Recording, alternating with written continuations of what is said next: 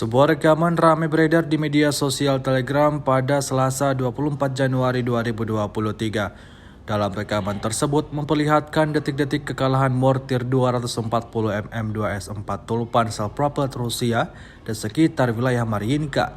Sejumlah tentara Rusia terekam kamera pengintai Ukraina berbondong-bondong menaiki kendaraan militernya.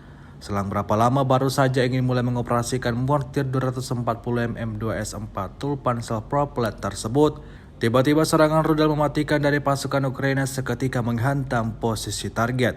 Tampak terjadi ledakan yang sangat dahsyat. Parahnya lagi terlihat 2 orang prajurit Rusia terlempar akibat serangan tersebut. Hingga video ini beredar tidak diketahui pasti ada berapa jumlah korban jiwa dalam insiden ini. Kendati demikian, rekaman ini telah menuai beragam komentar dari warganet.